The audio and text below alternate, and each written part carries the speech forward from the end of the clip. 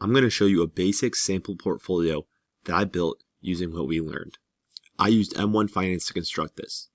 It contains 40% VOO, that's an ETF that follows the S&P 500. It contains another 40% SPY, that is another ETF that follows the S&P 500.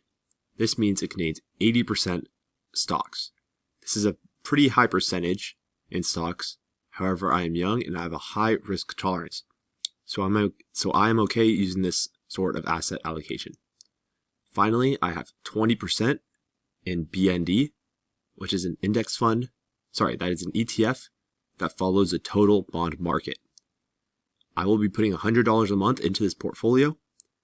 If I expect a 6% return, which is fairly conservative, over the next 45 years or so, then I expect this portfolio to be over $250,000 by the time I'm in my 60s.